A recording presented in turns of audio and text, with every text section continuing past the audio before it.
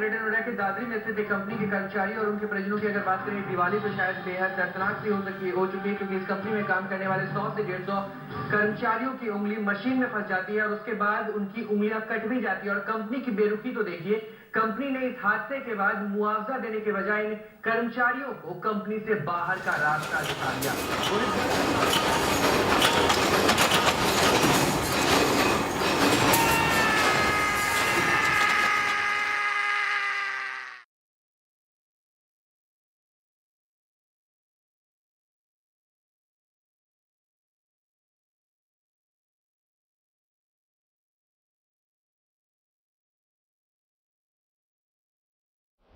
बहुत सी मुश्किलों के बावजूद हमारे आर्थिक विकास की दर दुनिया के ज्यादातर देशों से बेहतर रही है। इससे हमारी अर्थव्यवस्था की मजबूती जाहिर होती है। अब भारत दुनिया के सबसे तेज आर्थिक विकास करने वाले देशों में गिना जाता है। सबसे बड़ा हमारा लोकतंत्र दूसरे देशों के लिए एक मिसाल बन गया है। हमारे देश में हर नागरिक को अपनी आवाज उठाने का हक है। भारत की कामयाबी में आप सबका योगदान है। हमारे कामगार, हमारे मजदूर, हमारे किसान भाइयों की कड़ी मेहनत हमारे देश को इस मुकाम पे लाई है।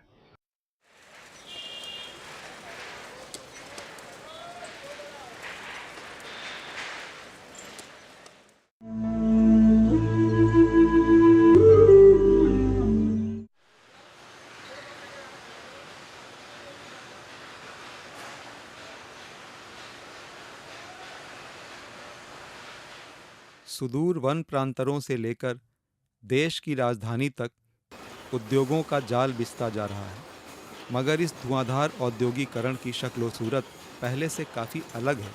बड़े बड़े कारखानों में होने वाले उत्पादन को ढेरों छोटी छोटी इकाइयों में बिखरा दिया गया है। विशाल मजदूर आबादी का 93% से भी ज़्यादा असंगठित, कैजुअल या ठेका मजदूर के तौर पर काम कर रहा है। गली कूचों से लेकर वैध अवैध औद्योगिक क्षेत्रों तक फैले लाखों कारखानों में काम करने वाले ये असंगठित मजदूर ही आज औद्योगिक उत्पादन की रीढ़ हैं। उत्पादन का बहुत भारी हिस्सा यही पैदा करते हैं। एक कमरे की वर्कशॉप से लेकर कई मंजिला कारखानों में स्थानीय बाज़ारों से लेकर अंतर्राष्ट्रीय बाज़ार तक के लिए माल बनाते हैं। ये एक नई अदृश्य असेंबली लाइन पर हैं, जिसका एक सिरा दिल्ली के बादली और आनंद पर्वत जैसे इलाकों में है, तो दूसरा सिरा बांग्लादेश, ब्राज़ील और मेक्सिको से होते हुए जापान, यूरोप और अमेरिका तक फैला हुआ है।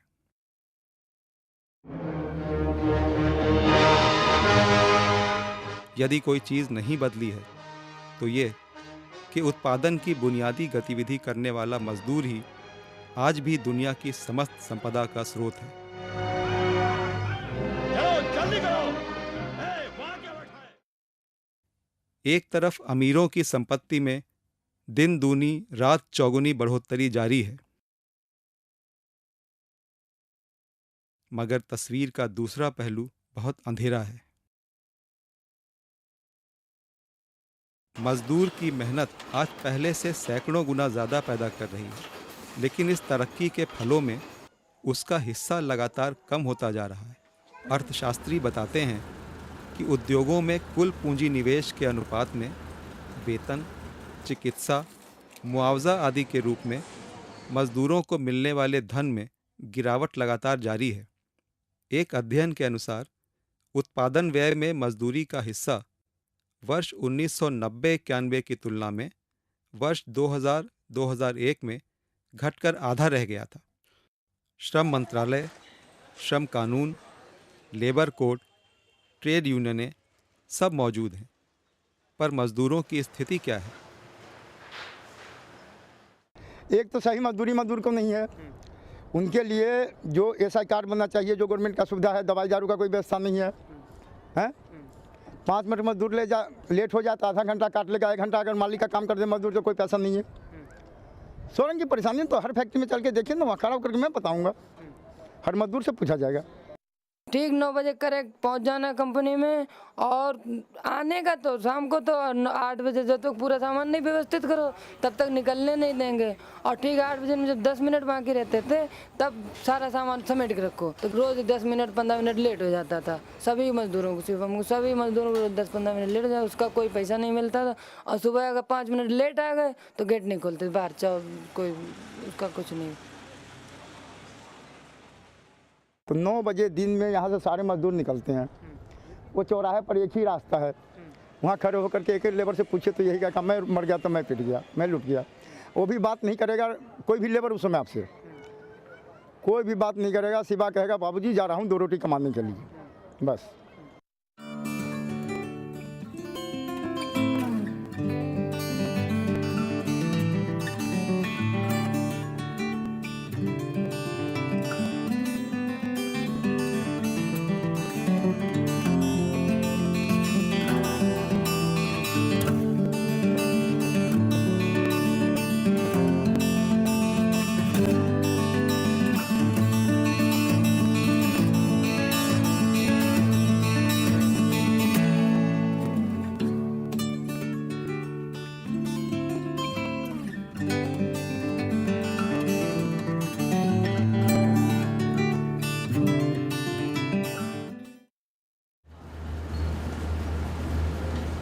बस यही कहानी है।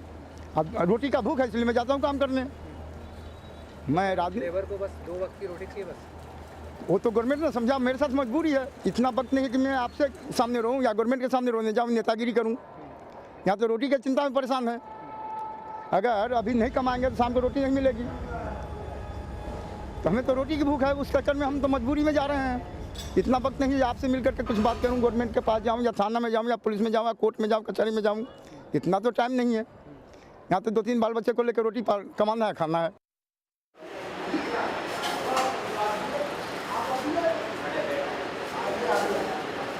अगर प्रेस में काम करने वाला है, स्टील लाइन में काम करने वाले हैं, इनकी 4-5 हज़ार से ज़्यादा सैलरी नहीं है। कार्सिनोजेंस वगैरह जो आपकी फ्यूम्स उड़ती है, या भट्टी के पास जितने भी ज़्यादा टाइम रहेंगे आप, जितना भी ज़्यादा हीट के इन्वॉल्व रहेंगे, इतना ही स्किन की डिजीज़, स्किन के कैंसर बनने के चांस रहते हैं, इसमें डाउट नहीं है। दूर बैठकर यह अंदाज़ा लगाना भी कठिन है कि राजधानी के चमचमाते इलाकों के अगल बगल ऐसे औद्योगिक क्षेत्र मौजूद हैं जहां मज़दूर आज भी 100 साल पहले जैसे हालात में काम कर रहे हैं। लाखों लाख मज़दूर बस 2 वक्त की रोटी के लिए रोज़ मौत के साए में काम करते हैं। घरों में चूल्हे की आंच से उंगलियों को बचाने के लिए भी चिमटा होता है, पर यहाँ कारखानों में लोहे को गला देने वाले तापमान पर 12 घंटों तक धधकती भट्टियों के आगे मजदूर बिना किसी सुरक्षा के काम करते हैं। हाइजीन के लिए अपने इंडस्ट्रीज़ में क्या स्टेप्स उठाने चाहिए, सेफ्टी प्रिकॉशंस के लिए, जैसे ग्लव्स, मास्क? हाँ, ग्लव्स है, मास्क है, और आपके जितने भी ये बूट्स वगैरह है, क्योंकि इनको मतलब हाँ चेस्ट कवर, क्योंकि बिल्कुल हीट के डायरेक्ट कांटेक्ट में होते हैं बंदे। और सबसे ज़्यादा जो इंजरियाँ होती है वो क्रश इंजरियाँ इनके यहाँ पे होती है, तो उससे बचने के लिए इन्हें कम से कम ऐसे ग्लव्स वो प्रोवाइड कराने चाहिए जो इनकी इसमें दिक्कत ना हो इनको इस चीज़ के लिए। ज़रूरत तो हम लोग क्या, जहाँ पे हेलमेट की ज़रूरत होती है हेलमेट है, कहीं आँख के लिए शीशे की चश्मे की ज़रूरत है चश्मा पहनते हैं। तो मांगते हैं तो साले देते नहीं, जो सुपरवाइजर डांट के भगा देते, बोलते हैं कि क्या नाम जा कल पहले इसको तो फटने दे बढ़िया से, उसकी एक एक उंगलियां फट जाती, उंगलियां बाहर निकलने लगती हैं, हाथ में चिचड़े हो जाते, तब जाके 2 दिन में कहीं मान दस्ताने दिखाने पड़ते, कहते जमा करो आके, जब वो चिथड़े जमा करते तब जाके वो दस्ताने मिलते, वो भी यहाँ तक के। नाक पे कुछ लगाते नहीं? नाक पे क्या लगा, ऐसे काम करते हैं बस, वो पहनने के लिए जूते खाली देते हैं नीचे। किस चीज़ के जूते? उसके चमड़े के जूते हैं, 150-200 रुपये में जो आते हैं, यहाँ तक जो पैर के आते हैं वो वाले जूते मिलते हैं। किस तरह की इंजरी होती है? कट इंजरी, क्रश इंजरी, या प्रेस में कट गया, तो ज़्यादातर ये वाली इंजरी आती है। और एक यहाँ पे एलर्जिक वाला जो, क्योंकि यहाँ पे धूल मिट्टी बहुत ज़्यादा है। पूरा तो धुआं में रहता है। जब माल भट्टी में झोंका है इतना धुआं निकलता है कि यहाँ से और 10 कदम दूर का आदमी नहीं दिखाई पड़ता। और मोटा कपड़ा बांध नहीं सकते, या तो खरीद के बांधे रुमाल, पतला रुमाल तो बांध सकते हैं, मगर ये जो शर्ट का पहले फाड़ के बांध लिया तो उसमें पहले से इतनी सांस लेने में दिक्कत हो रही है, उसके बाद इतना मोटा कपड़ा बांध तो कैसे सांस लेगा। कागज़ों पर मज़दूरों के लिए 250 से ज़्यादा कानून बने हुए हैं, लेकिन काम के घंटे, न्यूनतम मजदूरी, पीएफ, ईएसआई कार्ड, सुरक्षा इंतज़ाम जैसी चीज़ें यहाँ किसी भद्दे मजाक से कम नहीं। और आए दिन होने वाली दुर्घटनाओं और मज़दूरों की मौतों की खबर या तो मज़दूर की मौत के साथ ही मर जाती है, या फिर इन कारखाना इलाकों की अदृश्य दीवारों में कैद होकर रह जाती है। दुर्घटनाएं होती रहती हैं, लोग मरते रहते हैं, मगर सब कुछ यूं ही चलता रहता है बदस्तूर। ऐसे यहाँ पे बहुत केस होते हैं, हाथ पैरों को कटने वाले तो बहुत ही हैं। स्टील फैक्ट्री चल रही है, जैसे 85 है, 89 है, और ये हैं 79, 89 वगैरह हैं। इनमें रोज़ाना से ही कटते रहते हैं। किसी की उंगली कट गई, किसी के यहाँ पत्तियाँ लग गई, उनके शरीरों में कम से कम ना 50-50, 100 ग्राम स्टीलें मिलेंगी आपको। काम के दौरान हादसे कहीं भी हो सकते हैं, मगर एक जैसे हालात में बार बार एक जैसी दुर्घटनाएं साल दर साल, और इनका कम होने के बजाय बढ़ते जाना। आखिर इतनी दुर्घटनाएं होती ही क्यों हैं? क्या ये महज इत्तेफाक है या मजदूरों की लापरवाही इसके लिए जिम्मेदार है? दुर्घटनाएं इसलिए होती हैं, मशीन पे जब मजदूर काम करता है, जो मशीन कंपनी की तरफ से आती है वो कंपनी की स्पीड बताता है कि 720 की है।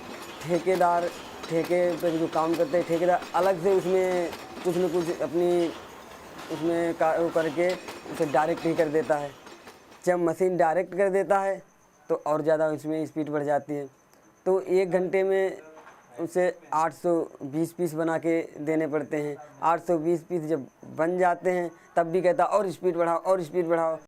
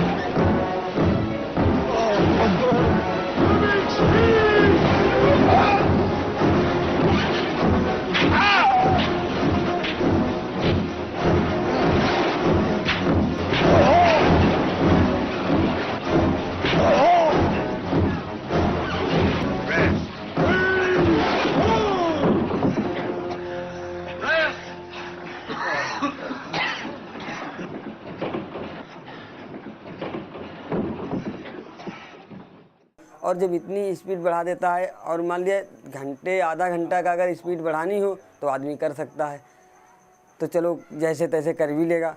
और जब 12 घंटा ऐसे ही करना हो तो नहीं कर पाएगा। और इसी वजह से छोटी मशीन, छोटी डाई की मशीन है तो उसमें दुर्घटनाएं होती, कभी हाथ कट जाता है, कभी कुछ होता है। और अगर बड़ी मशीन होती, बड़ी डाई से जब काम करवाते हैं तब इससे दुर्घटनाओं से मजदूर की मौत भी हो जाती है। और इसे सुरक्षित व्यवस्था दे तो मौत क्यों होगा? मालिक की तो गलती है ही है।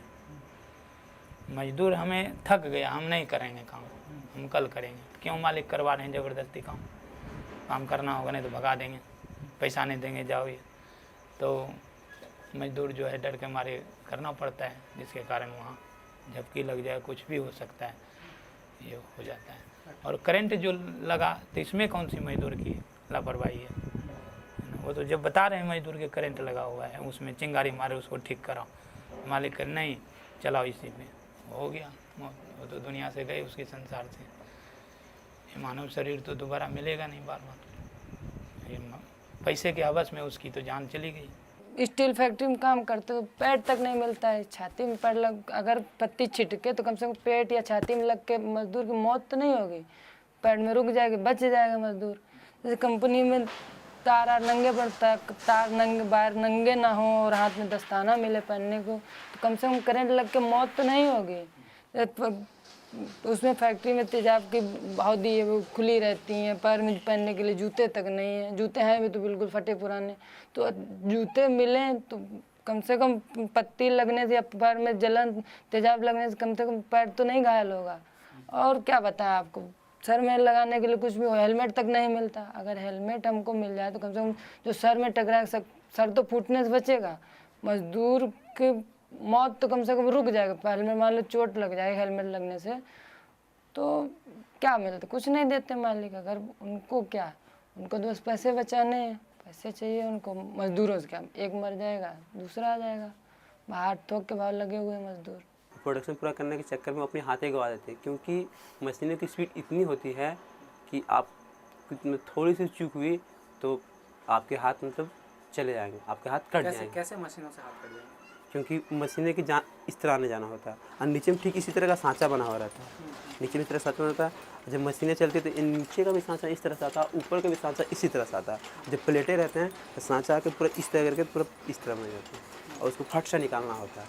अब फट से प्लेट को फिर से डालना होता है, अब फिर मशीन आती है तो फट से डालना होता है, फिर निकालना पड़ता है, फिर डालना पड़ता है, फिर निकालना पड़ता है, ऐसा करते रहता है। अब ये प्लेटें जितनी सारी बन के जाएंगे वो दूसरे जगह चल जाएंगे, और वो दूसरे जगह चल जाएंगे तो वो कटैया करते हैं, जैसे जो अलमुनियम बन के जो बड़े छोटी तरह नहीं निकल जाते हैं तो उसकी कटैया करते हैं इस तरह दबा के, और उसको भी जल्दी जल्दी करना पड़ता है। तो कट दबा के होता ही है कि वो भी कई बार अपने हाथ में तो कट, उनके हाथ भी कट जाते हैं।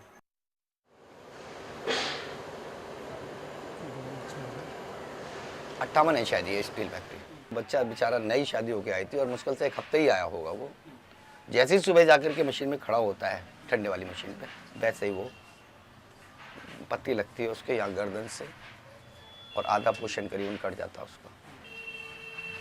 उसे तुरंत उठा के हॉस्पिटल ले जाते हैं प्राइवेट में और वहाँ जाकर के उसको भर्ती कराते हैं और शाम तक वो एक्सपायर हो जाता है।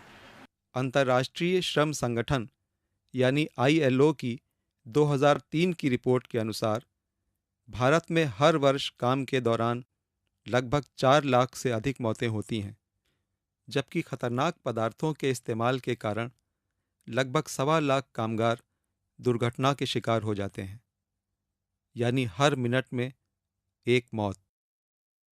यहाँ से शहर को देखो तो हल्का दर हल्का खिंची है जेल की सूरत, हर एक समत फसील, हर एक राह गुजर गर्दिशे असीरा है, न संग मील न मंजिल न मुखलिसी की सबील।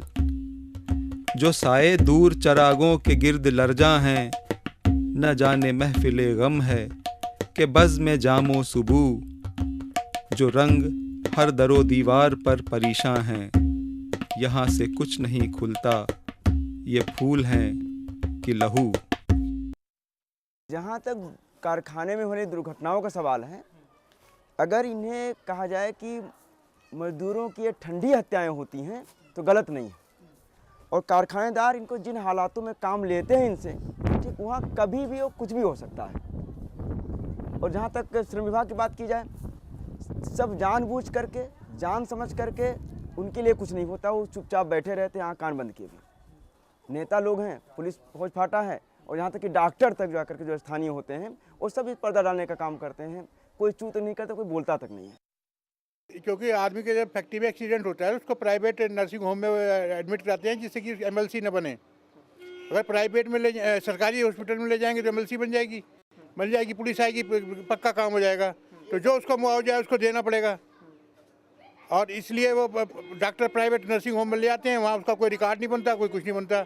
जो भी चिट्ठी पत्र जो भी मतलब उसका रिकॉर्ड होता है वो सब मालिक को दे दिया जाता है। लेबर के पास कुछ नहीं होता, उससे आगे क्लेम नहीं कर सकता। जहाँ तक बात है कि मजदूर बोलता क्यों नहीं, क्योंकि वो बिखरा हुआ है। और यहाँ का मजदूर प्रवासी है, बाहर से आया हुआ काम करने के लिए। और यहाँ के मालिकान भी सोचते हैं कि प्रवासी मजदूरों को बाहरी मजदूरों के रखा जाए, क्योंकि वो सैकड़ों हज़ारों मील से दूर यहाँ आए हैं काम करने के लिए।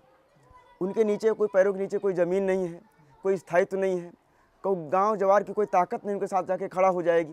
नंबर 1 बात। नंबर 2 बात, मजदूर भी देखते रहे हैं कि अगर यहाँ उनकी फैक्ट्री में कोई दुर्घटना होती है तो कुछ नहीं होता है, लोग मरते हैं और कोई कार्रवाई नहीं होती, ना पुलिस का कोई कार्रवाई होती है, ना श्रम विभाग कोई कार्रवाई करता है, ना कोई तंत्र कोई कार्रवाई करता है, ये देख रहे होते हैं। दूसरा, अगर सवाल उठा दिए तो रही से उनकी नौकरी भी आज से छीन जाएगी और रोटी के लाले पड़ जाएंगे, सड़कों पे आ जाएंगे।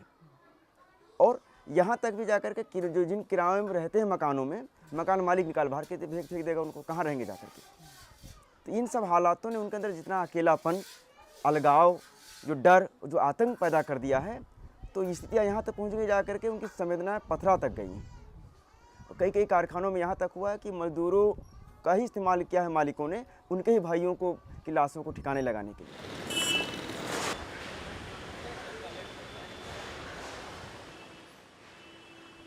यहाँ भी हादसे होते हैं लेकिन किसी को कानो कान खबर नहीं हो पाती, पुलिस है बताती नहीं। यहाँ से मजदूर जा रहा है, मजदूर साथ कोई भी हादसा हो गया, उठा के नहर में डाल दिया, सुबह को मिला या शाम को मिला या जब भी मिल जाता है तो वहाँ उन्होंने लाश को रख दिया, पहचान लो भैया, नहीं तो ठीक है तो अपने पहुँचा दो। घर वाले ढूंढ रहे हैं, उनकी FIR दर्ज भी नहीं हो पाई और लाश भी खत्म कर दी उन्होंने। ऐसा बहुत सारी जगह होता। यहाँ था, देखो एक मजदूर था, उसके एक पेड़ था, उस पेड़ से ऐसे ही गले में बांध दिया उसको और खाली यूं ही कपड़े पहना रखा बेचारे को और ऐसे खाद में खाली लटका दिया और छोड़ दिया। एक यहाँ फैक्ट्री थी 45 नंबर है शायद स्टील में, क्यों था त्यागी जी, ये 45-40 देगा, उसमें एक मर्डर हुआ था, मशीन से मरा। मरने के बाद उसको नाले में डाला, वो इसकी लेबर नहीं, लेबर का नहीं, उठा के डाला उसे नाले में, और नाले में डालने के बाद फैक्ट्री बराबर चल रही है, कानो कान खबर नहीं किसी को कि यहाँ ये हादसा हुआ इस फैक्ट्री के अंदर। उसके बाद जब हम भी गए और सभी आए, DCP वगैरह भी आया था यहाँ, DCP भी था, DCP भी था, SHO वगैरह सभी थे। जब उस लाश को निकाला तो हम लोगों ने बाल्टी में पानी मंगवा के हमने धुलवाया, क्योंकि वहाँ हज़ारों आदमी था, किसी की हिम्मत नहीं पड़ी कि वहाँ तक पहुँचे। मेरा अपना कार्ड लटका हुआ था गले में, तो उन्होंने हमने जब धुलवाया, धुलवाने के बाद उसकी पैंट देखी, पैंट मुझके में डायरी में शाहबाद की तरफ का था, वो आदमी किसी जुगी में रहते थे किराए पर वो, और उसकी डायरी में फैक्ट्री का फ़ोन नंबर, जब पुलिस को वो दिया गया, उसने फ़ोन मिलाया तो उसी बराबर फैक्ट्री का फ़ोन नंबर, उसके घर वाले को बुलाया गया था, उसके एड्रेस वगैरह सब कुछ, सब डायरी। अगर डायरी नहीं मिलती सपोज कर उसका तो पता ही नहीं, और मुश्किल से चंद कदम की दूरी यहाँ से और ये फैक्ट्री, उस रोड को, इस रोड को पार करके इस कोने की बात है, और एक कोने पर फैक्ट्री चल रही है। इससे मैंने पूछा, मैंने ये आदमी का हादसा हुआ, तुम लोगों को पता नहीं लगा? कहने लगा जी हमसे तो मना कर दिया गया, लेबरों से कह दिया गया था जिसने भी अगर आवाज़ खोल ली कि ये हादसा हुआ है तो देख लो उसका हादसा हम यही करेंगे। इसीलिए कोई भी आदमी अपनी आवाज़ खोलने के लिए राजी नहीं था।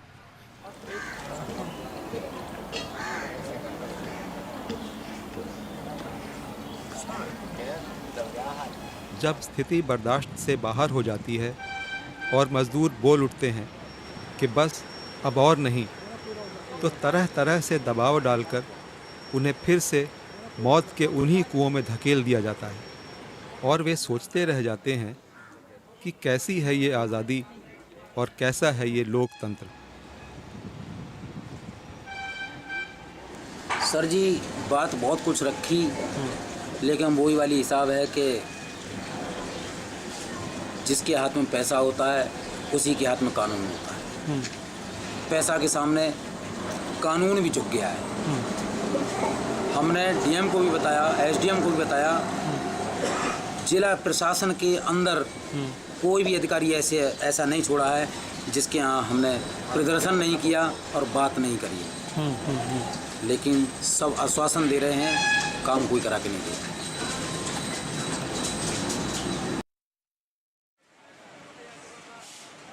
ये कहानी किसी एक कारखाने या किसी एक इलाके की नहीं है। 4-5 मज़दूरों वाले वर्कशॉप से लेकर सैकड़ों मज़दूरों वाली फैक्ट्रियों, कॉलोनियों में चलने वाले कारखानों से लेकर विशाल औद्योगिक क्षेत्रों तक जिंदगियों के तबाह बर्बाद होने की हज़ारों हज़ार कहानियाँ बिखरी हुई हैं। सरकारी एजेंसियाँ बस नाम के लिए हैं।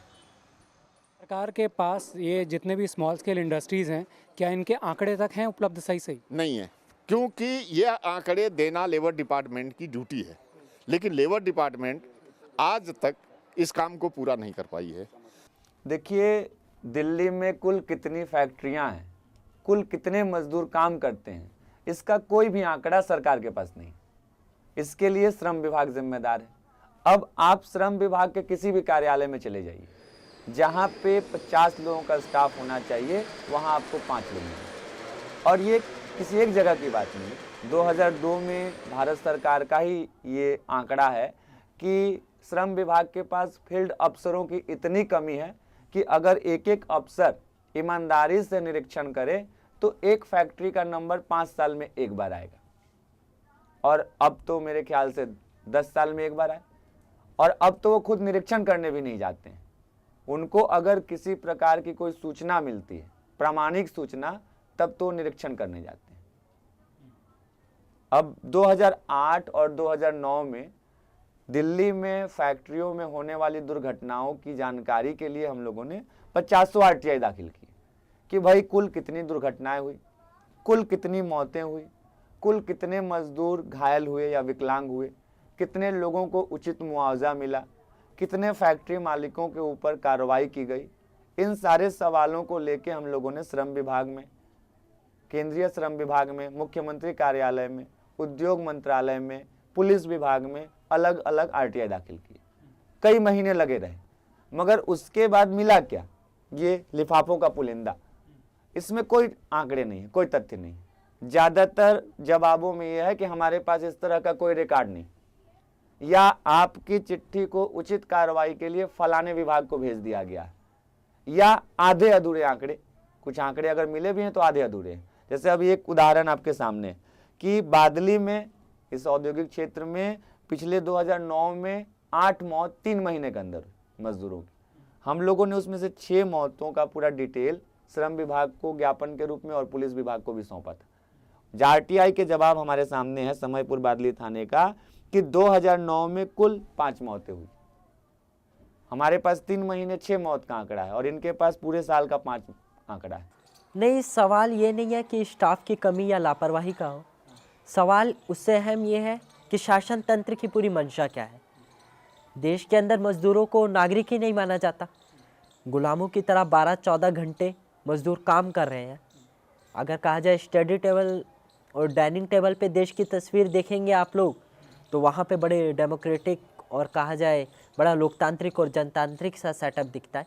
लेकिन हकीकतन में देश की राजधानी के अंदर 29 औद्योगिक क्षेत्र चल रहे हैं, जिसके अंदर तमाम नेताओं मंत्रियों के कारखाने हैं। वहाँ पे कोई श्रम कानून का पालन नहीं हो रहा। वहाँ पे श्रम कानूनों की धज्जियाँ उड़ा दी जा रही है पूरी तरीके से। और श्रम विभाग में आप जाएं तो वहाँ पे देखिए चपरासी से लेके पूरे मंत्री लेवल तक पूरी लूट की एक चैन बंधी हुई है। पैसा फेंकिए, तमाशा देखिए, खुला खेल फर्रुखाबादी है। वहाँ पे मजदूर अपनी ज़िंदगी से जानता है कि समाज के अंदर जिसका पैसा है उसके यहाँ पे तूती बोलेगी। मजदूर की ज़िंदगी में ऐसे ही मरना लिखा है। दुर्घटना से पहले और दुर्घटना के बाद क्या होता है, उसकी एक झलक रंजीत के मामले में देखने को मिलती है। 6 साल से दिल्ली के झिलमिल औद्योगिक क्षेत्र में काम कर रहे रंजीत की मौत 2005 में हुई। कैसे हुई दुर्घटना? एक दुर्घटना काम करते समय हुआ। जैसे मान लीजिए वो काम कर रहा था, काम मालिक ने बोला कि काम करो, वो मना करता है कि काम ऐसे नहीं होगा, इसका जंजीर खराब हो रहा है, इसको जंजीर बदली करो, इसको नहीं तो ऐसे कोई हादसा हो सकता है। तो कि नहीं कोई बात नहीं है, सब देख लेंगे जो होगा से। उसी दौरान उस जब बंडल हुक लगा करके क्रेन से वो बंडल उठा रहा था, बंडल उठा करके धक्का दिया और जंजीर टूट करके नीचे आ गई उसके सर पे ही, शरीर पे, उसी के नीचे दब गया। तो कितनी देर तक दबे रहे? दबे तो करीब ज़्यादा देर नहीं रहा, लोग तुरंत फिर बंडल को पलट दिया करीब 10-15 मिनट में, और उसके बाद में हॉस्पिटल ले गया। जहाँ हॉस्पिटल ले जाने पे वहाँ मृत्यु घोषित कर दिया। घर के एकमात्र कमाने वाले सदस्य को गंवा चुके शोकग्रस्त परिवार के साथ फैक्ट्री मालिक का व्यवहार बेहद असंवेदनशील था। सामाजिक कार्यकर्ताओं के सक्रिय हस्तक्षेप के बाद भी वो 25,000 रुपये से ज़्यादा मुआवजा देने को तैयार नहीं था। हाँ ये तो मान रहा है कि हमारे फैक्ट्री में हुआ है, हमारे सामने हुआ है, मगर मैं इतना दे सकता हूँ, नहीं तो तुम्हें जितना दिन केस लड़ना है तो केस लड़ो। आपको लगता है कि उसके पास पैसे नहीं होंगे? नहीं, वो पैसे तो बहुत है उनके पास, पैसे के लिए तो कोई कमी नहीं है, क्योंकि बी ब्लॉक में उससे बड़ा कोई मालिक ही नहीं है, इतना बड़ा मालिक है वो। पिछले 2 सालों से रंजीत का परिवार इंसाफ पाने की उम्मीद में कोर्ट के चक्कर लगा रहा है। जो हमारा मुआवजा होता है वो देना चाहिए, हमें मिलना चाहिए। 25/11 की तारीख है, उस पर देखिए क्या होता है। तो आपको क्या उम्मीद लगती है कि मिलेगा? हमें तो इस पर नहीं उम्मीद है, अभी उम्मीद नहीं है, क्योंकि वो बहुत अजीब सा कुछ चलता है। अगले बार बोला था कि अब की मिल जाएंगे, इस बार मिल जाएंगे, तो इस बार भी तो अगले तारीख डाल दिया। अगले तारीख पर ही उस पर क्या विश्वास किया जाए कि अब इस बार मिल लेगा या नहीं मिलेगा। पूरा परिवार ही सदमे में आ गए, अभी तक चल रहे हैं। उनको माता जी को भी अभी तबीयत कोई डिक्लेयर नहीं हुआ है, बीमारी चल रही है। पिताजी को क्या हो गया? पिताजी को तो उनको कोई अभी तक भी कोई दिमाग में सही नहीं रहते हैं, बोलने के लिए कुछ बोलेंगे कुछ, क्योंकि बड़ा लड़का था, पहला लड़का था, जो भी करने वाला था वही था, और उसको सिवा कोई था ही नहीं। और है तो छोटा छोटा बच्चा है, तो उनको पर पूरा शरीर पर लोड आ गया, क्योंकि कमा करके देता था तो घर के खर्चा चलता था, गरीब वर्ग में जानते ही हैं। रंजीत जैसे मजदूर रोज़ मौत के मुंह में धकेले जाते हैं। ज़्यादातर की तो कोई खबर ही नहीं बनती। कारखाना इलाकों में, मजदूर बस्तियों में दुर्घटनाओं, मौतों की बातें, किस्से सब जानते हैं, पर इन बातों पर खामोशी का सर्द पर्दा पड़ा रहता है। कई मजदूरों से ये सुना हूँ कि यहाँ तक कि पुलिस वाले को मंगवा करके पिटवाया है। हाँ, चलिए जीवन पार्क में मुलाकात कराते हैं आपसे, है ना। उसने मालिक ने पीट दिया और फिर धमकी भी देता कि एक मजदूर को मैं मार करके मुंह से खून निकाल दिया हूँ, तुम्हारा भी यही हाल करूँगा, जान से मार दूँगा। या डर के हमारे पैसे मांगने भी नहीं गया। ज़्यादातर मजदूर आबादी को श्रम कानून के बारे में जानकारी नहीं है। और एक और बात है कि करीब 50 से 60% आबादी अगर यहाँ आप आकर देखेंगे, हमारे इलाके में आकर के देखेंगे, तो 50-60% आबादी ऐसी है मजदूरों की जो गांव से पहली बार शहरों में आते हैं काम करने के लिए। 17-18 साल का नौजवान है, 24-25 साल का नौजवान है, उनको न श्रम कानून के बारे में पता है, न अधिकारों के बारे में पता है, मुआवजों का क्या रेट बनता है नहीं पता है। आप लोगों को पता है कि चोट लगने में कितना मुआवजा सरकार ने तय किया है? यह तो मालूम नहीं है। और फैक्ट्रियों में क्या क्या श्रम कानून लागू होने चाहिए, क्या इस बारे में आपको कोई जानकारी है? कोई जानकारी नहीं है। न्यूनतम मजदूरी या सुरक्षा उपकरण के बारे में आपको कोई जानकारी है? इसके बारे में भी जानकारी नहीं है।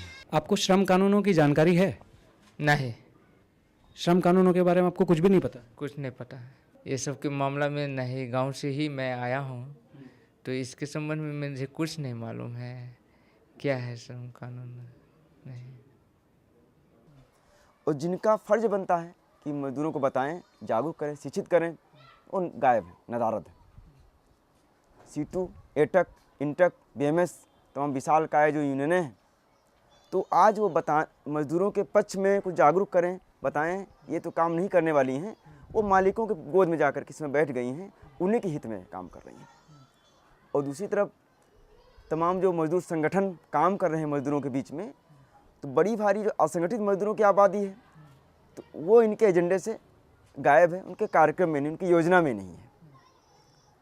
तो आए दिन मजदूर जानता है, अपनी जीवन स्थितियों से, हालातों से जानता है कि पैसे से सब कुछ होता है। जिसके जेब में पैसा होगा, जिसमें रोकड़ा होगा, उसके लिए कोर्ट कचहरी कानून के लिए काम करता है।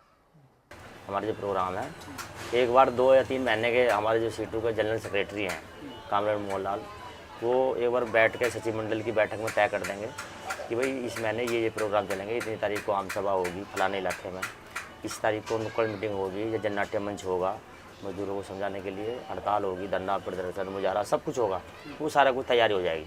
बिल्कुल इन मालिकों के खिलाफ तो एक्शन हम जब लेंगे ना, कि जो मालिया हमारी जिस फैक्ट्री के अंदर यूनियन है, तो वहाँ हमारा पूरा एक्शन लेते हैं, चाहे वो धरना हो, चाहे प्रदर्शन हो, गेट मीटिंग हो, सारा कुछ करते हैं। लेकिन जहाँ पे जिस फैक्ट्री के अंदर हमारी ताकत नहीं है, हमारे मेंबर नहीं है, तो दूसरे गेट पे कैसे चले जाएंगे, किस हैसियत से जाएंगे, किसी अधिकार से भी जाएंगे ना हम। ये मजदूरों की पार्टी, मजदूरों का हाँ, तो आपका इस अधिकार से नहीं, वो ऐसा नहीं कानून इजाज़त देता ना, तो किसी के गेट पर अचानक जाए खड़े हो।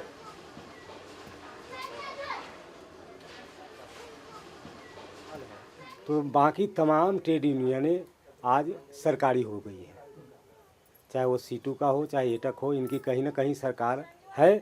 और ये तमाम ट्रेड यूनियनें अपनी पार्टियों से जुड़े हुए हैं, जो नई आर्थिक नीति और नई औद्योगिक नीति जो सरकार लागू कर रही है तो उनके साथ है। इसका राष्ट्रीय जो है सॉल्यूशन निश्चित तौर पर है, लेकिन वर्तमान व्यवस्था में सॉल्यूशन असंभव है। इसके लिए समाज के अंदर वो जो समाज के लिए सोचते हैं, खासकर छात्र, खासकर बुद्धिजीवी, खासकर अध्यापक, हम उनसे चाहेंगे कि वो अपना समय, कुछ समय तो इस समाज के इस तबके के लिए दें। फैक्ट्री से ही जा रहे थे। हाँ। फैक्ट्री का ही माल HLRDC का माल लेकर के पार्टी के पास पहुंचाने जा रहे थे। हाँ। वो जनवरी का महीना था, 93 ईस्वी की बात है। गाड़ी पेड़ में मार दिया 3 बजे भोर में। तो आपको फैक्ट्री वालों ने मुआवजा दिया कोई? कुछ नहीं, वो जो मेरा बनता था करीब 15-16 हज़ार रुपया करीब, जो मेरा कि ड्यूटी का समझिए या बोनस समझिए या PF जो समझिए, वही हमको 15-16 हज़ार रुपया दिया था वो। तो उस समय दिवाली का टाइम था, जिस दिन मेरी पट्टी खुलती तीसरा दिन होता, उसी समय जब पट्टी खोली गई तो मेरी दोनों आँख जीरो हो गए। तो आपको क्या लगता है कि अगर पुलिस में थाने में जाएंगे तो आपकी सुनवाई होगी? कोई सुनवाई नहीं होगी। कभी आपने ऐसा कोई किस्सा सुना है जिसमें सुनवाई हुई है? जी नहीं, ऐसा कुछ भी नहीं सुना हो। जो फैसला होता है सरमाएदार की तरफ ही है। और हमेशा ऐसा ही होता है? हमेशा ऐसा ही होता है। गरीब के पक्ष में कोई सुनवाई नहीं, कोई हक नहीं, कोई कहानी नहीं। मजदूर हमेशा से मरता है, मरता रहेगा। मजदूर का कोई सुनवाई नहीं है, ये हकीकत है। यहाँ पुलिस FIR दर्ज जब होती है, जब उनको आप दाना डालेंगे तब, मतलब कि पैसे देने पड़ते हैं तब FIR तभी ही पुलिस आपको आकर के इंटरफेयर करेगी, वरना करेगी नहीं। वो मालिक दे देते होंगे ना? मालिक, हाँ जी। गरीब देने को? गरीब कहाँ से देगा? उसे खुद रोटी खाने को नहीं है, वो कहाँ से दे सकता है? मीडिया में मजदूर दुर्घटनाओं की जितनी खबरें आती हैं, वे कुल दुर्घटनाओं का बहुत छोटा सा हिस्सा होती हैं। और जो खबरें आती भी हैं, उनमें दुर्घटना के कारणों, पुलिस, प्रशासन, मालिक, श्रम विभाग या सरकार के मजदूर विरोधी रवैये का कहीं जिक्र भी नहीं होता। कारखानों के भीतर के नर्क को दिखाने के लिए कहीं कोई स्टिंग ऑपरेशन नहीं होता।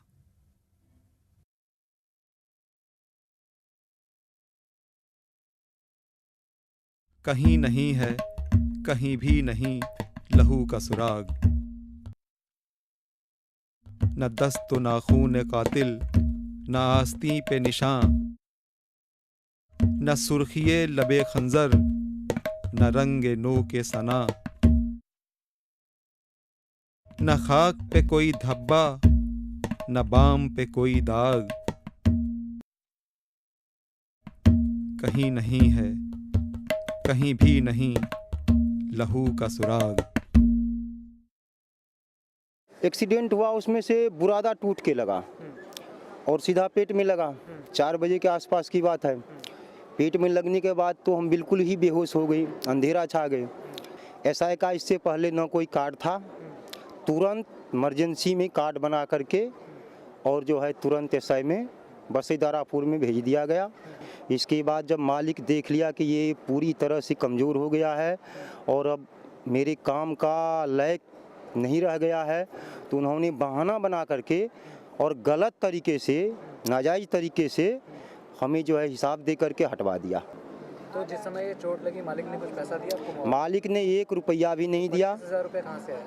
25,000 रुपये उसको सिर्फ वो जो है डॉक्टर को दिया था, इसलिए कि इसका किसी तरह जब तक ये SI जाए तब तक इसका जान बचा रहे। माल उठा के ना प्रेस में डाल रहे थे, जब ही कट गया। कटने के बाद फिर मालिक को हमने कहा जो ऐसा ये इंजेक्शन दे दो, तो कह रहे नहीं, बैंडेज लगा लो, बैंडेज से ठीक हो जाएंगे। इलाज के लिए 100 रुपये दिए, वो भी एडवांस में लिख दिया। मशीन चला रहे, इंजेक्शन मशीन जैसे प्रेशर वाले होते जे, उसमें हाथ आ गए थे, जैसे लगे कि आँख झप गई, जैसे नाइट ड्यूटी कर रहा था, इस वजह से ऐसा हादसा हो गया। कितने घंटे काम करना होता? 36 घंटे कर रहे थे। 36 घंटे कर रहे? हाँ जी।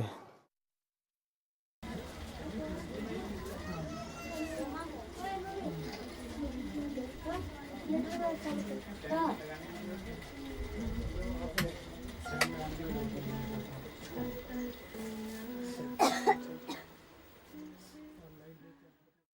पाने के बाद मैं वो काम ढूंढे, उसमें काम नहीं मिल रहा था, तो मैं स्टील लाइन में घुसे। स्टील लाइन में 12-14 साल काम किए मैं। उसके बाद बहुत खतरे को उसमें चोट चाट बहुत निशान उशान लाता, चोट लग जाती थी, आदमी मर भी जाता था उसमें। तो वहाँ से मैं वो काम छोड़ करके, मैं छोटा परिवार है, कम में कमाएंगे, कम खा लेंगे, अच्छी बात है, शरीर सुरक्षित रहेगा। तो मैं स्टील लाइन का काम छोड़ करके और ये वॉशिंग लाइन का काम किए। बुधवार को छुट्टी रहता था और नाइट लगा। नाइट लगने के बाद जो है अचानक मैं कपड़ा धो कर रखे थे और कपड़े जो है मतलब मैं ले गए थे ऊपर पसारने के लिए। तो कपड़े उठा करके मैं दीवार पर गए, रस्सी पर टांगने, अचानक दीवार गिर गई हमारे ऊपर। दीवार गिरने के बाद दोनों पैर टूट गया मेरा, माथा में कम से कम 8-10 टाँके हैं। उसके बाद से मेरे को होश नहीं रहा। फिर कुछ देर के बाद थोड़ा हमको अनुभव हुआ, फिर मैं हला किए तो धो कर निकाले हमको। निकालने के बाद वो वहाँ पर बाहर में लिटा दिए, जहाँ फ्रेश जगह था वहाँ पर लिटा दिए। फिर मालिक को बुलाए, मालिक अपना ले गया प्राइवेट में। तो बाकी मजदूर वगैरह जो आपके साथ, बाकी मजदूर जो उसी समय कंपनी बंद कर दिए सब, कोई नहीं, कोई किसी को साथ में नहीं भेजा। और मैं तो बेहोशी का में हमारा हाथ पकड़ कर साइन करवाया था। मैं बेहोशी में क्या क्या बक रहे थे, मुँह से क्या आवाज़ लगा, वो पुलिस वाला लिखा और उसके बाद से हाथ पकड़ कर साइन हमारा किया। और इनसे बोला कि इस पर साइन करो नहीं तुम्हारे पति का इलाज नहीं होगा। वो तो वही पुलिस वही सब बुलाया था, मालिक के सब बुलवाया, साइन हम लोग से करवाए। बेहोशी में थे, हमने भी, मेरा होश हवास नहीं था, हमको भी साइन करवा लिया। बोला सारी खर्चा देंगे, नहीं तेरे पति की इलाज नहीं होगा। हमने कभी देखी नहीं थी दुनिया, मैंने गांव से जल्दी में आई थी, हमने साइन कर दिया। हमको बोला हमारे आदमी की इलाज चाहिए, हमको और कुछ नहीं चाहिए। कंपनी में मालिक बोला कि हम इसको खर्चा सब देंगे, दवाई को जो भी महंगी से महंगी दवाई आएगी सब देंगे हम, और ठीक हो जाएगा तो मैं रिक्शा से अपने कंपनी ले आऊँगा, ले जाऊँगा। और जब तक ठीक नहीं हो तब तक मैं इसकी पूरी खर्चा दूंगा। ठीक है। उसके बाद घरवाली हमारी जो थोड़ा बहुत हॉस्पिटल से आए थे, घरवाली हमारी गई वहाँ तनख्वाह लेने के लिए कि भाई दवाई वाई के पैसे दे दो आओ खर्चा के लिए। तो उसमें एक पार्टनर था विशाल, वो बोला कि तुम्हारी कंपनी हम नाम से कर दें क्या। और फिर 1 महीने बाद फिर जब पैसे लेने गए तो नहीं दिया, बोला अब तेरा ठेका ले रखा हूँ का, गाँव जाओ तू। बोला हम तेरे पति को जिंदगी भर इतना इतना महंगा की दवाई आएगा तो हम थोड़ी ना दे पाएंगे, नहीं दे पाएंगे, तू अपनी जा यहाँ से लेकर। हम बोले ऐसा नहीं हो सकता, आप क्यों हमसे साइन करवाए। बोला वो तो मेरा काम था करवाना, मैंने तो निकलना जरूरी था, मैंने निकल गया वहाँ से, ऐसे ऐसे बोला। ट्रेड यूनियन वगैरह वाले से किसी से आपने बात नहीं? किसी से मैं बात नहीं। डरा दिया, डरा के रख रही है ना, हम लोग डर गए थे। मकान मालिक बोला ना, मकान मालिक बोला कि तुम लोग केस मत करना, ये मत करना, तुम्हें तो तुम्हारी लड़की को उठवा लेंगे, तुम्हारे घरवाली को उठवा देंगे, मार देंगे, जान से धमकी देने के। रात में 11 बजे 12 बजे रात में जाता था हॉस्पिटल में धमकी देने के लिए। फिर पुलिस कोई करवाई, हम वहाँ पर घरवाली हमारी गई थी शायद तो मना कर, हम थाने पर तेल छुआने गई थी। आप तेरे से काम ये लफड़ा छोड़ो, ये कोई मालिक कुछ नहीं देता है, बहुत दे दिया, ये कर दिया, और तू अपनी ड्यूटी कर, खर्चा चला। ये पुलिस वाला? हाँ पुलिस वाला बोला। और कितना खर्चा मिला था मालिक से आपको? हमको कुछ नहीं खर्चा, जो भी दिया दवाई पर्ची डॉक्टर लिखता था वही 2 महीने कि 1 महीना वही जो दिया वही दिया। हमको पैसा 1 रुपया हाथ में नहीं दिया। आपने बोला नहीं कि उसने तो कुछ भी पैसा नहीं दिया? हमने बोल दिया, बोला कि आप वो नहीं दे रहा तो उसके जिम्मेवारी मैं क्या ले आऊँ। आपका केस अभी मालिक के साथ जो चल रहा है, आपको इसमें कुछ उम्मीद लगती है, कुछ मिलेगा? अब तो उम्मीद हमको क्या, हम ये इनके ऊपर है कि कुछ क्या आगे क्या करेंगे। हमको उम्मीद है आगे अगर ये बढ़ाएंगे केस तो शायद मालिक हाजिर हो जाए तो उम्मीद हो जाएगा हमको। मालिक हाजिर नहीं हो रहा है। मालिक जहाँ कंपनी खोला है वहाँ अपने नाम है, किसी और के नाम से कंपनी खोला है, अपना नाम चेंज कर दिया है। पुलिस में भी FIR दर्ज नहीं है? पुलिस में FIR दर्ज नहीं है। दर्ज कराया वही कर ले लिया, जो भी लिखा पढ़ी करवाया ना MLC पे वही ले लिया, कागज वगैरह सब ले लिया है। मालिक ही ले लिया? हाँ कुछ हम लोग का नहीं अपना एड्रेस नहीं लिखा है। मालिक वहाँ जैसे अपने मकान का एड्रेस होता है, एड्रेस वो नहीं लिखा, वहाँ जैसे लिख दिया लवारिस में जैसे हो ना वैसे डाल दिया हमको, किसका कोई नहीं है। कितने साल चला आपका इलाज, कितने समय तक चला? अभी भी दवाई चल रहा है मेरा। अच्छा। 5वां साल 4 साल हो गया मेरे को। अभी किस चीज़ का दवाई चल रहा है? अभी ये पस आता है, दोनों पैर से पस आता था, जख्म बन गया था। अब तो ये दौड़ निकल गया इसमें। मैं सीमेंट सरिया पड़ा हुआ। रोड निकलने के बाद जो है इसमें पस बंद हो गया, लेकिन इसमें जो है अभी पस आता है, दोनों यहाँ से भी आता है, यहाँ से भी आता है। किसी का छोड़ आदमी के पीछे अपना काम रोजी पेशाब की डिब्बे धा के लाइटिंग का डिब्बे धा के हमने ड्यूटी जाती थी। तो अभी कैसे खर्चा वर्चा घर का? खर्चा तो पैसा दे ये बीवी मतलब कमाने वाली है। अच्छा, इन्हीं तरह से घर का खर्चा मतलब चल रहा है कुछ। तो क्या काम करती हैं? अभी तो हम जींस लाइन में काम कर रही हूँ। उसी लाइन में? तो अब उसमें क्या काम होता है आपका? वो हवा से डंपी फूलती है, वो उसे फुला करके उसको रेक माल से मारते हैं, डिजाइन बनाते हैं। एक माल से मारना होता है। कितना तनख्वाह देता है? देता है 25-2600। जिनकी मौत हुई उनसे आपका क्या संबंध है? भाई था मेरा, अपना सगा भाई, सगे भाई। उसको मशीन पे ही पत्ती टूटा, पत्ती टूटने के कारण उसके सीने में पत्ती लग गया। उस सीने में पत्ती लगने के बाद जैसो कि उसकी मौत हो गई।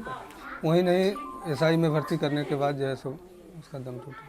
अच्छा, तो इसमें किसकी गलती, आपको किसकी गलती लगती है? इसमें मालिकों की गलती है, कारण जो कहीं प्राइवेट में अगर इलाज करवाते तो उसका दम नहीं टूटता। परिवार गांव में जैसो कि यहाँ जो मालिक थोड़ा बहुत पैसे पूसे दिए, उसके बाद एसआई से जैसो कि थोड़ा बहुत पैसे जैसो कि उसको मिल रहा है, जो हाँ किसी तरीके से रोटी तो जैसो आदमी को चलना चाहिए, वो जैसो कि अपना एसआई से थोड़ा बहुत पेंशन के हिसाब से मिलता है, वो अब गांव में रहती है। इनकी कितनी उम्र थी मौत के समय में? मौत के समय में वही 29-30 साल की थी उसकी। आप पिछले 20 साल से स्टील वाली लाइन में काम कर रहे हैं, तो आपको क्या लगता है कि मतलब एक तो आपने देखा होगा कितने एक्सीडेंट्स वगैरह होते हैं? बहुत हो जैसे भी होता है। अब हम ही को है, कितने बार जैसे चोट लगा, कितने बार ऑपरेशन हुआ, कितने बार जैसे क्या क्या हुआ। तो आप डेली काम करने आते हैं, ऐसा तो नहीं घर में लोग डरे रहते हैं? घर में तो आदमी डर, जब ड्यूटी में जाता है तो जो रहता है उसको डर रहता ही है। जहाँ क्या किस टाइम क्या होगा वो कहना मुश्किल रहता है। कई फैक्ट्री मजदूर जो मौतें हुई है, इंतजार ही कर रहे हैं अभी तक हमारा पति लौट के आएगा, मांग में सिंदूर भरेगा, अभी तक भी मैं वैसा सब देखा हूँ। जी बिल्कुल, ये मैं बताना चाहूँगा कि क्या हुआ पहले कि पहले उंगली कटी, तो पहले एक की उंगली कटी, फिर दूसरे की उंगली कटी, फिर उन्होंने 100-150 आदमियों की उंगली कर दी थी। उसके बाद इनको सभी को कंपनी ने एक साथ ही बाहर निकाल दिया है और फिर इसी में स्ट्राइक हो गई है कंपनी। क्या कंपनी की तरफ से किसी तरह की कोई दलील दी गई कि किस वजह से इन कर्मचारियों को बाहर का रास्ता दिखाया गया है? जी कंपनी वालों से हमने बात करने की कोशिश करी, कंपनी वाले कुछ बोलने को तैयार नहीं है जी। और मजदूरों का क्या कहना है, उन कर्मचारियों का क्या कहना है जिनकी उंगलियां कटी इस हादसे में?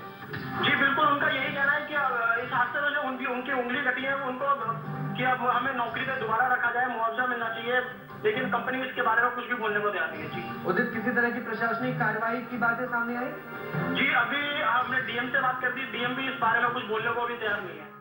दिवाली से तुरंत पहले घटना हुई जिसमें कि 100-150 लोगों की उंगली कटी, वो कैसे हुआ, क्या हुआ? वो मशीन चलती रहती है, मशीन का ऑटोमेटिक समतलीय प्रेशर की लाइन है, गैस के द्वारा उससे प्रेशर टूट जाता है, टूटने के बाद मशीन ऑटोमेटिक ऑटो हो जाती है। मशीन मैनेजर मांगता है कि हमें 6000 पीस चाहिए, जिसमें कि बनते नहीं है 3000 पीस, लेकर जबरदस्ती कहता है कि बनाओ तो तुम्हें पैसा मिलेगा, ना तो नहीं पैसा नहीं मिलेगा।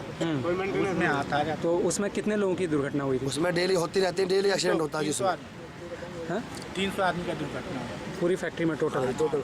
जिस दिन ये जो खबर, मैं इसकी बात कर रहा हूँ, जो ये खबर आई आगे पीछे डेली होता है, डेली एक्सीडेंट कांड होता रहता है। हम लोगों ने सुना कि ये इस बीच में जब हड़ताल हुई थी तो एसडीएम वगैरह सब लोग यहाँ पे आए। अच्छा, तो उनका क्या कहना था? वो सब पे रिश्वत खाया हुआ है, कोई कुछ नहीं, अपना ठीक होने देते हैं कि आप कंपनी चलाइए, हमारा राज है यहाँ पे। तो इन्होंने अपना मुट्ठी में सब कुछ कर रखा, प्रशासन जितना पैसा खा चुके हैं। एसडीएम ने क्या कहा आप लोगों से? इनके अब तुम्हारा समझौता करा देंगे, साल भर हो गया हमें समझौता कराते कराते, लेकिन हमें तो सब लड़के बाहर कराते जा रहे हैं।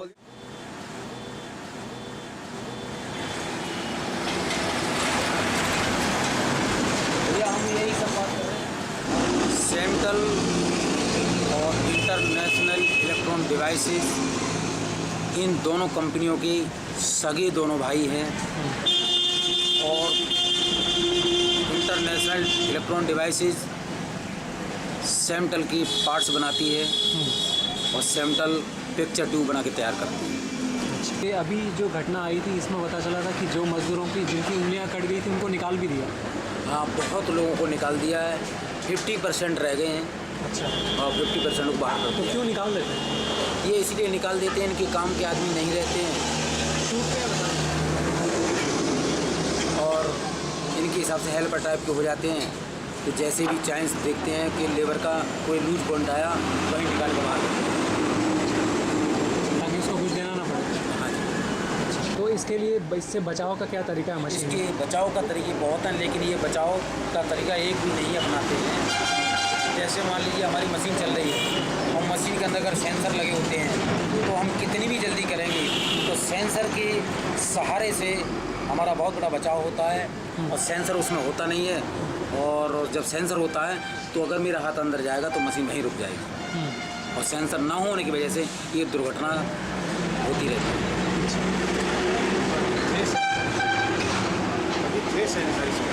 कभी थे सेंसर पहले थे सेंसर, कभी लगाए थे, उनसे प्रोडक्शन नहीं निकलती थी। प्रोडक्शन कैसे नहीं निकलती थी? जब हम जल्दीबाजी करेंगे तो उसमें क्या होता था कि जब हमारा हाथ जाता था मशीन स्टॉप हो जाती थी, तो उसमें फिर टाइम लग जाता था। तो इन्होंने सेंसर वो हटवा दिए, यानी कि टारगेट जो प्रोडक्शन टारगेट है वो ज़्यादा है, और ज़्यादा होने के कारण वो सेंसर इन्होंने हटवा दिया। अब इन्होंने दुर्घटना से कोई मतलब नहीं, इन्होंने प्रोडक्शन से मतलब। कंपनी चले न चले, लेकिन हम लोग नहीं चल पाएंगे, इसमें बहुत मुश्किल हो जाएगा, क्योंकि हमारे साथ इतनी तगड़ी दुर्घटना हो चुकी हैं और इतना जंगल राज फैला दिया है मालिक ने, ताकि हम लोगों से सहन नहीं हो पाने। हमारी मजबूरी है, हम लोगों के एक्सीडेंट हो गए हैं, यहाँ से नौकरी छोड़ने के बाद हम जाएंगे कहाँ? हमारा तो लाइफ बेकार हो चुकी है, क्योंकि जब दोनों हाथ जिस आदमी के सही हैं उसको नौकरी मिलना मुश्किल हो रहा है, तो बताइए एक्सीडेंटल जो अपाहिज हो गया है उसको नौकरी कौन देगा? उसके बीवी बच्चे कहाँ जाएंगे?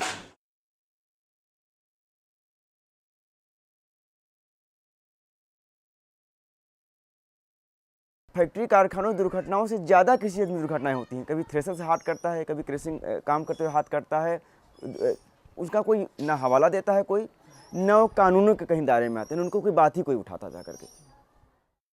भाई आप चुप्पी की बात करते हैं। इस पूरे इलाके में यहाँ के मालिकों ने जो आतंक पैदा कर रखा है, इसका आप अंदाज़ा नहीं लगा सकते हैं। भाई एक मजदूर की मौत को तो नहीं छुपाया जा सकता है, मगर एक रास्ता है उनके पास, डरा धमका के चुप करा दो। भाई एक मजदूर मर गया तो उसके पोस्टमार्टम रिपोर्ट तक को रफा दफा कर दिया जाता है। घर वाले अगर हिम्मत जुटा के थाने तक पहुंच भी जाएं तो थाने में पूरे मामले को लटकाए रखा जाता है, उनको परेशान किया जाता है। अब यही एक मजदूर की मौत, हम लोगों ने उसके घर वालों से बातचीत की कि भाई इस तरह से हम लोग कब तक बर्दाश्त करते रहेंगे? मालिकों के मुनाफे के हवस में लोग मर रहे हैं और हम लोग चुपचाप देखते रहेंगे। उसके घर वाले तैयार हो गए कि हम लोग कार्रवाई करेंगे। उसी दिन रात में उनके दरवाजे पे 4 बड़ी बड़ी गाड़ियाँ आती हैं। अब जरा कल्पना करिए कि छोटी सी बस्ती में जहाँ ठीक से चलने की जगह नहीं है, उसके दरवाजे पे 4 बड़ी बड़ी गाड़ियाँ आती है। उसमें से 15-20 मुस्टंडे उतरते हैं, जिसमें यहाँ का स्थानीय पार्षद तक है। जिस घर का एक आदमी आज मरा है, पूरा घर रोना पीटना लगा हुआ है, वहाँ पे वो आके कहते हैं कि भाई जिसको जाना था वो तो चला गया, अब तुम लोग अपनी ज़िंदगी क्यों तबाह बर्बाद करना चाहते हो? और उनको 20 से 25 हज़ार रुपया दिया जाता है। पूरे परिवार को गाड़ी में बिठा के स्टेशन पे ले जाते हैं और गांव भेज दिया जाता है। यहीं एक फैक्ट्री में मुकेश नाम के एक मजदूर की मौत। हम लोगों को पता चला, हम लोगों ने तुरंत 150-200 पर्चे निकाले कि भाई ये मामले ऐसे होते रहेंगे और मजदूरों को पता तक नहीं चलेगा। हम लोगों ने बांटना शुरू किया। कुछ पर्चे बंटे होंगे, तब तक यहाँ के स्थानीय विधायक का मेरे पास फ़ोन आता है कि फैक्ट्री का मालिक मेरा रिश्तेदार है, इस मामले को आगे मत बढ़ाओ, नहीं तो तुमको लेने के देने पड़ जाएंगे, तुम्हें उठा लिया जाएगा, तुम्हारी लाश तक गायब कर दी जाएगी। अब हम लोगों ने तो मुहिम नहीं बंद की, मगर मजदूर तो डर जाते हैं। उनके परिवारों को डरा धमकाकर घर भेज दिया जाता है और ये एकदम आम घटना है। आप फैक्ट्री कारखाने में छानबीन करने के लिए जाइए, वहाँ पे आपके हाथ कुछ नहीं आएगा। कारण एकदम साफ है उसका, क्योंकि उस मजदूर परिवार शहर में नहीं होगा, तो आपको पता कैसे चलेगा कि मजदूर के साथ कौन सी घटना हुई, मजदूर के परिवार को मुआवजा दिया गया या नहीं दिया गया। और इस पूरे चीज़ के पीछे कोई एक व्यक्ति नहीं है, प्रशासन, मंत्री, श्रम अधिकारी और डॉक्टर, सब लोग की मिली भगत है। अब आप दिल्ली में देखिए, दिल्ली मेट्रो दिल्ली की शान है। PUDR की रिपोर्ट बताती है कि 109 मजदूर पिछले 10 साल का जो निर्माण कार्य रहा है उसके अंदर कहा जाए मारे गए, सैकड़ों अपंग हुए, लेकिन कहा जाए किसी को मजदूर को ना तो कोई मुआवजा दिया गया, ना दोषियों को सज़ा दी गई। जबकि ये दिल्ली मेट्रो केंद्र सरकार और दिल्ली सरकार का संयुक्त उपक्रम है। तो जब कहा जाए केंद्र सरकार और दिल्ली सरकार के संयुक्त उपक्रमों में श्रम कानूनों की धज्जियां उड़ाई जाती हैं, तो और फैक्ट्री कारखानों में मजदूरों की स्थितियां क्या होंगी ये आप खुद समझ सकते हैं। पुलिस प्रशासन, कोर्ट कचहरी, मीडिया, सबका रवैया एकदम मालिकों के पक्ष में स्पष्ट रहता है। आए दिन फैक्ट्री कारखानों में मजदूरों की कहा जाए जिंदगियाँ चली जाती हैं, किसी प्रकार से दोषियों को कोई सज़ा नहीं दी जाती, मजदूरों के लिए कोई मुआवजे की गारंटी नहीं है। लेकिन अगर दूसरी तरफ आप देखें, जिन अमानवीय स्थितियों में मजदूर काम कर रहे हैं, जिस शोषण का रोज़ रोज़ वो शिकार होते हैं, और ऐसे में उनका आक्रोश अगर भड़क उठे और प्रबंधन और मैनेजर को आँच आ जाए, तो उस पूरी घटना को कहा जाए इस देश का प्रशासन, इस देश की मीडिया एक राष्ट्रीय परिघटना बना देता है। मजदूरों को एकदम एक दिन में आतंकी और दंगाई बना दिया जाता है। अभी एलाइड निप्पॉन की घटना हमारे एकदम सामने है, जिसमें मैनेजर और मजदूरों की झड़प हुई। उसमें मैनेजर की कहा जाए मौत हो गई और उसके बाद 377 मजदूरों को मुकदमा उन पर दर्ज कर दिया गया, उन पर तुरंत कार्रवाई कर दी गई। 2 साल पहले गार्जियानो में भी ऐसी एक घटना हुई जिसमें एक सीईओ की मौत हो गई मजदूरों के साथ झड़प में। उसमें भी 136 मजदूरों पर मुकदमा डाल दिया गया हत्या का, उनको जेल के अंदर बंद कर दिया गया। तो एकदम ऐसे में साफ है कि मालिकों के साथ क्या इस देश का कानून न्याय पक्षधरता रखता है और मजदूरों के साथ इस देश का कानून न्याय क्या पक्षधरता रखता है। अगर दोनों लोगों की जिंदगियां समान हैं, देश का संविधान ये कहता है कि सभी नागरिक समान हैं, तो दोनों के लिए कानून एक समान होना चाहिए। इतना ही नहीं, दुर्घटना होने के बाद मौतों पर पर्दा डालने की कोशिश का विरोध करने वालों पर पुलिस के डंडे बरसते हैं और झूठे मुकदमे लगाकर जेल भेज दिया जाता है। 2008 में पंजाब की औद्योगिक राजधानी लुधियाना में एक फैक्ट्री में बॉयलर फटने से पूरी इमारत ध्वस्त हो गई। सारे मजदूर मलबे में दब गए। लुधियाना के एक मजदूर कार्यकर्ता राजविंदर ने विरोध किया तो उसे बुरी तरह पीटा गया और जेल भेज दिया गया। जैसे वहाँ पर मलबे में कितने लोग दबे हैं ये तो किसी को पता नहीं था उस समय, क्योंकि मालिक तो बोल रहे थे कि मलबे में कोई लोग नहीं है, लेकिन आसपास में जो फैक्ट्रियों में काम करने वाले मजदूर थे वो लोग बता रहे थे कि कम से कम 15 लोग इस कारखाने में काम करते थे। आनंद फानंद में पुलिस ने आकर वहाँ पर जो राहत कार्यों के लिए लोग लगे भी हुए थे, मलबा वगैरह हटा रहे थे, पुलिस ने आकर उन लोगों को खदेड़ दिया और आसपास से फैक्ट्री को घेर लिया। लेकिन लग रहा था कि मालिक और पुलिस वाले अपना सीधा सीधा मिले हुए हैं और वो मलबा दिन में नहीं हटाना चाहते थे, वो रात को हटाना चाहते थे। अच्छा, हाँ, तो इसके लिए इसको लेकर जब लोगों ने प्रशासन के ऊपर दबाव डाला कि ये तो जल्दी होना चाहिए, तो उसके लोगों के ऊपर लाठीचार्ज किया और हम लोग भी इस बात में शामिल थे कि उस मलबे को और कोई जिम्मेवार अधिकारियों के सामने इसको तुरंत हटाया जाना चाहिए। तो उसमें मुझे पकड़ लिया गया और अंदर ले जाकर फैक्ट्री में काफी मारपीट भी किया मेरे साथ मालिकों के सामने पुलिस ने, और उसके बाद में 1 महीना के लिए मुझे जेल भेज दिया गया। तो बाकी हम लोग देख रहे थे कि वहाँ पर जितने भी लोग घायल थे, अस्पताल में दाखिल थे, तो बाद में कोई भी बंदा ना मिला नहीं हम लोगों को। वो सारे जब थोड़ा बहुत ठीक हुए तो उनका पूरा सामान गाड़ी में भर के वहाँ मोहल्ले से उनको उनके गाँव या कहीं और शिफ्ट कर दिया गया है। पूरे मामले में अभी तक नहीं पता चल पाया कि वाकई में कितने फैक्ट्री में बंदे थे, कितने काम करते थे, और जो वहाँ से निकले हैं बंदे वो कहाँ गए। अंतर्राष्ट्रीय श्रम संगठन की 2003 की रिपोर्ट बताती है कि दुनिया भर में हर साल लगभग 24 लाख मजदूर दुर्घटनाओं के शिकार होते हैं।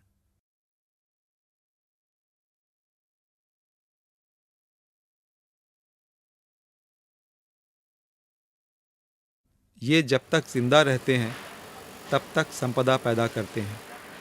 सुई से लेकर हवाई जहाज़ तक हर चीज़ इनकी मेहनत से पैदा होती है। यहाँ पर इस एरिया में जितना पुराना एरिया, यहाँ एक सुई से लेकर के और हवाई जहाज तक बनता है। कोई ऐसी चीज़ नहीं है जो आनंद पर्वत में न बनती हो। आप मुंह से बोलो कि ये चीज़ हमें चाहिए, वो मिलेगी आपको, यहाँ बनेगी। इसको मिनी जापान कहा जाता है। हर चीज़ यहाँ बनती है। कोई भी जहाँ मतलब कोई ऐसा सामान नहीं है, बाहर एक्सपोर्ट भी होता है सामान सब यहाँ से। समृद्धि के शिखरों में जगमगाती चांदनी फैलाकर अपनी बस्तियों में लौटते हैं ये, 2 निवाले खाकर देह को सुस्ताने के लिए। इनकी मौत पर रोने की कोई आवाज़ नहीं सुनाई देती। इनकी चीख गले में ही घुट कर रह जाती है और इनके साथ होने वाले हादसे एक नए कारोबार की बुनियाद बनते हैं। मुआवजे की पूरी कानूनी प्रक्रिया इतनी टेढ़ी मेढ़ी और इतनी जटिल है और ज़्यादातर मजदूरों को श्रम कानूनों की और इन तमाम प्रक्रियाओं की जानकारी इतनी कम है कि दुर्घटना के बाद मजदूर या मजदूर मारे गए मजदूर के परिवार वालों के वाले खुद इस स्थिति में होते ही नहीं है कि वो अपनी पहल पे जाके कोई कार्रवाई कर सके। तो या तो वो यूनियन के नेताओं के जरिए जाते हैं, और होता ज़्यादातर ये होता है कि यूनियन के नेता खुद ही ऐसे केस ढूंढ के उनको पकड़ लेते हैं, या फिर वो वकील के जरिए जाए। दो ही रास्ते होते हैं। अब यूनियनें अगर ईमानदार तरीके से काम करने वाली हों, डेमोक्रेटिक तरीके से वास्तव में मजदूरों के सच्चे प्रतिनिधियों की यूनियनें हों, तो इसमें कुछ गलत नहीं, बल्कि यूनियनों को करना ही चाहिए ये काम। लेकिन आज सच्चाई ये है कि आप ज़मीनी स्तर पे किसी भी इंडस्ट्रियल एरिया में जाके देखिए तो एक स्थानीय यूनियन नेताओं की एक पूरी जमात है जो कि दलाल की तरह से काम करती है, कमीशन खोर की तरह काम करती है। दूसरी तरफ वकील हैं, वकील अगर जायज़ अपनी फीस ले और अपना कानूनी काम करे तो इसमें कुछ गलत नहीं है। लेकिन होता क्या है कि वकील भी एक कमीशन खोर की तरह काम करते हैं। लेबर ऑफिस से लेके ये पूरा लेबर कोर्ट और ऐसे लेबर के मामले देखने वाले वकीलों का एक पूरा कार्टेल है जो एक गिरोह की तरह से काम करता है। हाँ, यूनियन का क्या नाम है? हमारी यूनियन का ट्रेड यूनियन, औद्योगिक विभाग ट्रेड यूनियन। औद्योगिक विभाग। हाँ हाँ। कितनी यूनियन है यहाँ पे? यहाँ पे यूनियन तो बहुत ही हैं, और बहुत से जो है कि हमारे हिसाब से यूनियन तो बहुत ही हैं। बोला हमारे कुछ नाम नहीं, सब यूनियन का नाम तो हम बता नहीं सके। बोले आई कि जो यूनियन वाले हैं वो जैसे हम चाहिए था वैसा वो नहीं चाहते। अच्छा, वो अपना वो क्या चाहते हैं? वो चाहते हैं कि वो भी हमको कई यूनियन वाले दाब लगाया गया तो क्या करता है, तो क्या वैसे लफड़ा लेता है। अरे तू जब मालिक देगा देवा के ख़त्म कर दे। कई वकील वो लोग भी कमीशन लेते हैं? हाँ लेते हैं, दूसरे वाले? हाँ अच्छा, वो लेते हैं। उनका यही रेट है 20%? हाँ उनका 20% यही रेट है। सबका रेट यही है। देखिए दरअसल मुआवजे का दिलाने का पूरा तंत्र इतना कमज़ोर और इतना निकम्मा है कि उससे बहुत कुछ उम्मीद नहीं की जा सकती। कागज़ पे सारी व्यवस्थाएं हैं। अगर लेबर कमिश्नर चाहे तो अखबार में छपी खबर के आधार पे सुओ मोटो यानी अपनी तरफ से भी कार्रवाई कर सकता है, जांच कराने का आदेश दे सकता है, मालिक को आदेश दे सकता है कि मुआवजे की पूरी रकम जमा कराए। लेकिन ऐसा कोई करता नहीं है, मजदूर को खुद ही भागदौड़ करनी पड़ती है। अब ऐसे में ये पूरा जो चक्रव्यूह है इसको पार करके तो बड़ी मुश्किल से आप समझिए कि 20% लोग ऐसे होंगे जो अपना दावा पेश करते हैं, और उसमें से भी बमुश्किल 5% के पक्ष में फैसला होता है। अब उसमें कितनी सारी जटिलताएं हैं। एक तो ज़्यादातर मजदूरों के पास इस बात का ही कोई प्रमाण नहीं होता कि वो फला जिस फैक्ट्री में दुर्घटना हुई उसमें वो मजदूर हैं, क्योंकि ना तो जॉब कार्ड होता है, ज़्यादातर जगह हाजिरी रजिस्टर भी नहीं होता है, कोई भी प्रमाण नहीं उनके पास। फैक्ट्री उस जगह है या नहीं यही प्रूफ करना मुश्किल होता है। बहुत सी जगहों पर, बल्कि अधिकांश ऐसी जगहों पे आप देखिए इंडस्ट्रियल एरियाज में आजकल ना तो कोई साइन बोर्ड है, ना फैक्ट्री का नाम है, बस एड्रेस है। और अगर कहीं है भी तो दावे तो एसडीएम को रिपोर्ट लगानी पड़ती है एक जगह कि उस एड्रेस पे वो फैक्ट्री है या नहीं है। तो कागज़ पे लिखा हुआ है एक्स फैक्ट्री, जांच करने गया तो वहाँ पता चला कि रातों रात उसका नाम बदल गया, वाई फैक्ट्री हो गई। अब आप प्रूव करते रहिए। तो ये जहाँ पे ऐसे हालात हैं तो उसमें भला कैसे सही तरीके से मुआवजा तय हो सकता है। जो रिकवरी प्रोसीजर है हमारा, जो एसडीएम्स और उनके थ्रू एज लैंड रेवेन्यू जो रिकवर होना होता है, वो लोगों के पास हमेशा ये प्ले होती है कि they are not available. You can very well imagine, it is not like कि वो नहीं है, वो लोग भी यही हैं जिनसे रिकवर होना है, वो भी यही है, बट वो उन गवर्नमेंट एजेंसीज को जिनका ये काम है रिकवरी करने का, उनको नहीं मिलते। ना मिलने के क्या कारण है ये आप बहुत अच्छे से जानते हैं। नहीं मिलते। मैं आपको एक वैलेंट एग्जांपल देता हूँ। हमारा एक केस है जिसमें हमने पंजाब रोडवेज के अगेंस्ट ऑर्डर ले रखा है। Government authority and the reply of the concern recovery officer if he approaches him कि बॉस पंजाब रोडवेज की बस दिल्ली में नहीं आती। This is the answer which for which you are also laughing, but how come it is possible. बोला कोई नई पन बस करके कोई अथॉरिटी हो गई है, वो उनकी बसेज होती हैं। मैंने उनसे बोला आप इनकी बस इंपाउंड कर लीजिए, मेरे पास ये 4 ऑर्डर हैं आपके पास, मैं दे रहा हूँ आपको, ये ऑर्डर हुए पड़े हैं, कोर्ट ने आपको डायरेक्ट कर रखा है कि इनसे रिकवरी करिए। वेरी सिंपल रिप्लाई, कि सर उनकी बसेज यहाँ नहीं आती हैं। मतलब पंजाब से आप, can you believe, Punjab roadways की कोई बस ही दिल्ली में नहीं आती है। पंजाब से लोग दिल्ली कैसे आ रहे हैं? This is their reply. तो we are telling you the recovery system, the land revenue areas which they have to take, but see the thing, this is the bureaucracy for which we are suffering, for which all these clients are suffering, for which all these laborers are, workers are suffering. ये भी एक बहुत बड़ा problem है in the whole system. अभी तो वो बेचारा लेबर जो 20% में से उठ के आता है, 100 लोग होते हैं उसमें से 20 उठ के आते हैं, 20 में से किन्हीं 5 को जलवा पाते हैं दिन के अंदर, उन 5 में से बेचारे ये 3 लोग तो ऐसे ही रह जाते हैं, जो घूमते रह जाते हैं कि उनको पैसा मिलेगा मिलेगा मिलेगा। And you can see it very well. Doctor मैंने उनके यहाँ आरटीआई लगाई कि जब से आप यहाँ नियुक्त हुए हैं कितने ऑर्डर वर्कर के फेवर में किए, कितने मालिक के फेवर में किए और कितने में लमसम किए, कितना काम पर भेजे हो। उन्होंने उस आरटीआई का जवाब नहीं दिया, बल्कि मेरी 150 केसें उठा के दूसरे कोर्ट में ट्रांसफ़र कर दिया विदाउट किसी ऑर्डर के।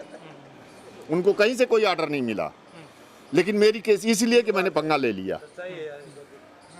तो इस तरीके के, अब आप सोच लीजिए कि जिस समय मैंने आरटीआई लगाई थी उस समय 480 केस उन्होंने ऑर्डर किया था, जिसमें 40 केस लेबर के फेवर में थी और 440 केस मैनेजमेंट के फेवर में थी। ज़्यादातर मजदूर यूपी से, बिहार से, राजस्थान, उड़ीसा, दूर दूर से आके यहाँ पे काम कर रहे हैं। अगर दिल्ली की बात की जाए तो यहाँ उनको जानने वाले लोग कोई नहीं है। यहाँ की पूरी जो ये कोर्ट कचहरी, लेबर ऑफिस, ये सारी दुनिया ही उनके लिए एक अजीब दुनिया होती है। तो ऐसे में भाग दौड़ ये सारा कुछ करना उनके लिए बहुत मुश्किल काम होता है। ऊपर से जो आपने नियम बना रखे हैं, अब अगर मान लीजिए मजदूर के हक में भी फैसला आ गया तो आप कहते हैं कि आप गवर्नमेंट श्योरिटी लाओ तब तुम्हें पैसा मिलेगा। तो अब एक ऐसा मजदूर जिसको यहाँ कोई जानता नहीं, उसका कोई ऐसा दायरा नहीं है, दूसरे वो एक गरीब मजदूर का दायरा है भी तो वो दायरा तो वो गवर्नमेंट श्योरिटी कहाँ से लाएगा। अब 4-4.5 लाख का मान लीजिए मुआवजे का आदेश दिया तो उस उतने की गारंटी लेने वाला एक गरीब मजदूर को कौन मिलेगा? I have got number of cases which are being pending for years. सालों से पेंडिंग है। सालों से पेंडिंग क्या है, मैकेनिज्म इतना ख़राब हो चुका है कि जिनमें हम ऑर्डर्स ले लेते हैं, जिसमें फॉर एग्जांपल एक आदमी आया, हमने उसकी हेल्प करी and we have taken the order लेने के बाद भी ages, it's been years, since 2003 we are having cases and from that period till now हम लोग उनका रिकवरी नहीं करा पाते हैं। टिल नाउ उनका रिकवरी नहीं हो रहा है। वो आदमी बस वो एक पेपर हाथ में लेके, I got a case, I can show you that, जिसमें वो आदमी 2001 में है, 2003 में है, I can show you case in which उस आदमी का ऑर्डर हम लोगों ने ले लिया था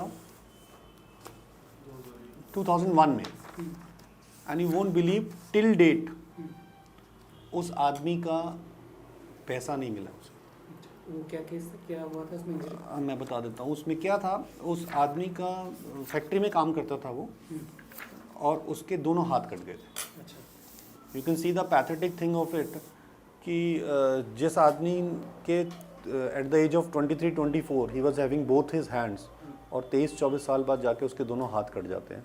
तो you can see the start of that fellow कि वो कैसे जी रहा होगा विदाउट हैंड्स, वो कैसे जी रहा होगा। उसका ऑर्डर कराया हमने इन 2001, और 2001 से लेके टिल डेट आज उसका पैसा हो गया होगा 6-7 लाख रुपया, लेकिन till date nothing is there. हम हाई कोर्ट तक गए, हाई कोर्ट ने हमारे फेवर में ऑर्डर किया, सब कुछ हमारे फेवर में हुआ, but the system mechanism through SDM, through labour is so bad कि आज तक पैसा नहीं रिकवर हो गया उसका।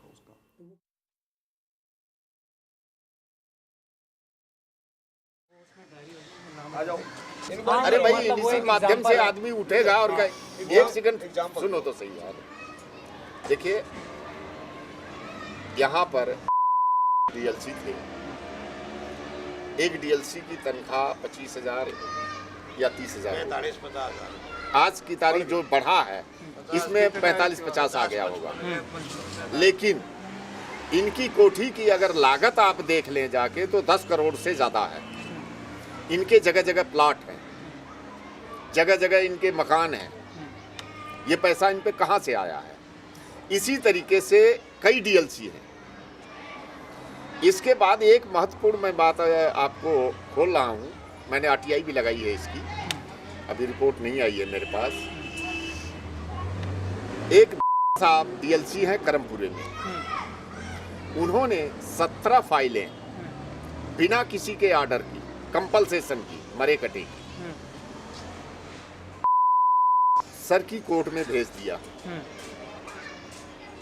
क्यों से और एक वकील आते हैं साहब, उनकी साठगांठ है, एडवोकेट हैं साहब, उनकी साठगांठ है। पैसा है, करप्शन होगा, हर जगह करप्शन है, I can not say, but definitely I can not point it out, reason being it is not happened with me, I can not point it out, but हाँ करप्शन जरूर होगा। ज़्यादातर कारखाने जो हैं वहाँ पर वो जेल खानों के तरीके से काम करते हैं। इन दीवारों के पीछे क्या घटता है बाहर वाले को नहीं पता चल पाता है।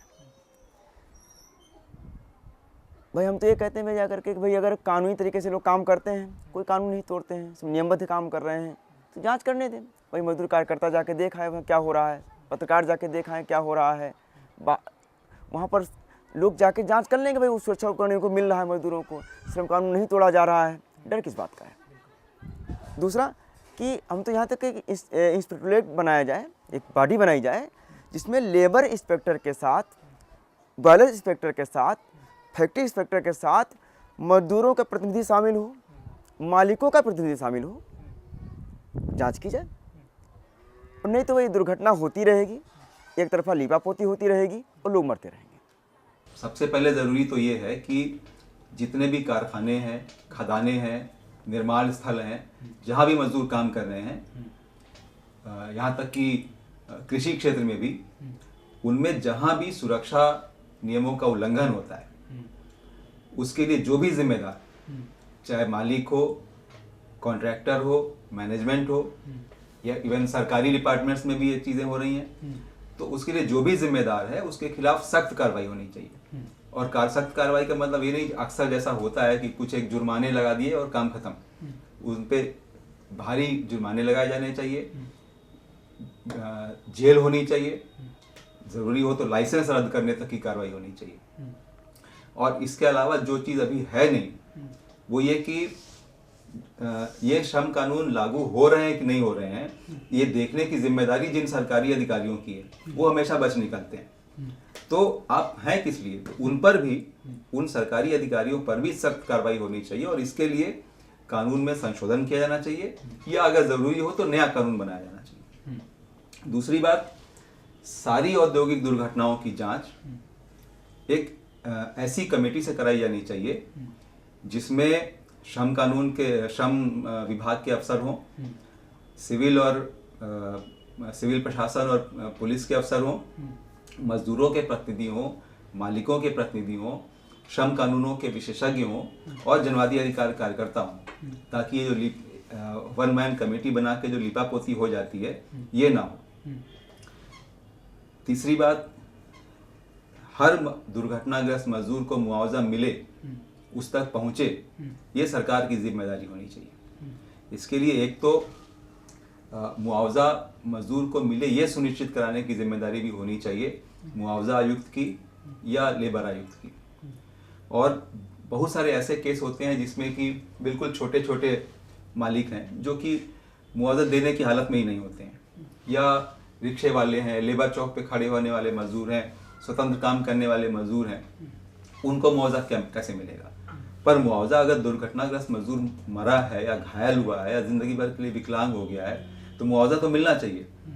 तो ये सुनिश्चित कराना सरकार की जिम्मेदारी है और उसके लिए मैं समझता हूँ कि सबसे सही तरीका ये है कि एक कोष बनाया जाना चाहिए, जिस कोष के लिए धन इकट्ठा करने के लिए सरकार कारखानेदारों पर, अमीरों पर, तमाम सारे लग्जरी आइटम्स पर टैक्स लगाए, स्पेशल टैक्स लगाए, सेस लगाए और उसके लिए एक कोष बनाया जाए और वो कोष सही तरीके से लागू हो। वह इस तरह से ना हो जैसे कि यहाँ पर कॉमनवेल्थ गेम्स के लिए 600 करोड़ रुपए सेस लगा के इकट्ठा किया गया और उनको मजदूरों तक पहुँचाने की कोई व्यवस्था ही नहीं। अंतिम बात, ये तमाम सारे जो कानून हैं जो दुर्घटनाओं और मुआवजे से संबंधित। पिछले 20-25 साल के अंदर जो पूरा औद्योगिक परिदृश्य बदला है, जिस तरीके से 93-94% मजदूर आबादी असंगठित है, असंगठित क्षेत्र में काम करने वाले और संगठित क्षेत्र में काम करने वाले जो असंगठित मजदूर हैं, जो कि जिनमें से बहुतेरे इस कानून के दायरे में ही नहीं आते हैं। तो इस स्थिति के हिसाब से कानूनों की भी समीक्षा होनी चाहिए और उनमें ज़रूरी संशोधन किए जाए या नए कानून बनाए जाए।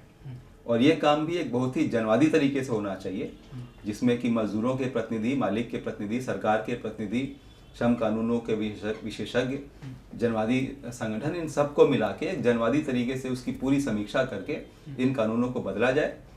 और ये काम जाहिर सी बात है ये सरकार आसानी से नहीं करने वाली।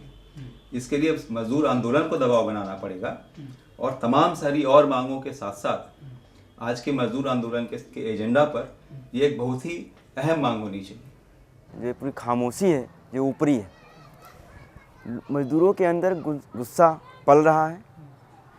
ये अलग बात है कि आज वो बिखरा हुआ है, अकेला है और बार बार जिन लोगों ने धोखा दिया है कि उसके चलते निराश भी है, लेकिन जहाँ मौका मिलता है वो लड़ता है, वो लड़ रहा है। यही चीज़ है जो बताती है जाकर के चीज़ें, उम्मीद की किरणें मौजूद हैं। अब असल मामला ये है कि उनके बीच जाया जाए, कुछ जागरूक किया जाए, शिक्षित किया जाए और मांगों के आधार पर उनको आंदोलित किया जाए, गोलबंद किया जाए। और इतिहास बताता है कि चीज़ें ऐसे नहीं चलती रहेंगी, चीज़ें बदलेंगी और ज़रूर बदलेंगी। मशीनें बदस्तूर चल रही हैं, मौतें बदस्तूर जारी हैं, पर खामोशी सुलग रही है। 1886 में शिकागो के हे मार्केट स्क्वायर की घटना को 125 बरस बीत गए, लेकिन मजदूरों को जिंदा रहने के हक की लड़ाई आज नए सिरे से लड़नी पड़ रही है। घंटे 8 करो, 8 करो, 8 करो, ठेका प्रथा बंद करो, बंद करो, बंद करो, ठेका प्रथा बंद करो, बंद करो, बंद करो। एक तरीके से मजदूरों को अपराधी बनाते हैं और ये मन में हमारे बिठाते हैं कि हमारी गलती, सब कुछ हो गया, हम ही गलत है। जबकि हुआ ये कि सारा का सारा जिम्मेदार ये पूंजीपति है, ये कारखानेदार। दोस्तों कहते हैं चाहे सीटू हो, चाहे एटक हो, चाहे हीटक, मजदूरों के बीच बैठ करके हमारी लड़ाई को कमजोर करने का काम करते हैं।